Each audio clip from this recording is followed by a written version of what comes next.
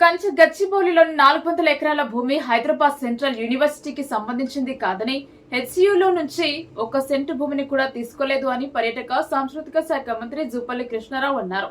కంచ గచ్చిబౌలి భూముల వ్యవహారంపై గాంధీ భవన్ లో మీడియాతో మాట్లాడారు. రాజకీయ లబ్ధి కోసం ప్రతిపక్షాలు కాంగ్రెస్ ప్రభుత్వంపై బురద జల్లే ప్రయత్నాలు చేస్తున్నాయని ఆయన మండిపడ్డారు. అప్పుడు ప్రైవేట్ కంపెనీకి 400 ఎకరాలు వెళ్తే బీజేపీ బీఆర్ఎస్ నాయకులకు ఇబ్బంది అనిపించలేదని, ఆ భూములు ఇప్పుడు ప్రభుత్వపరమైతే గొగ్గోలు పెడుతున్నారని తెలంగాణ రాష్ట్ర మంత్రి జూపల్లి కృష్ణారావు ఆగ్రహం వ్యక్తం చేశారు.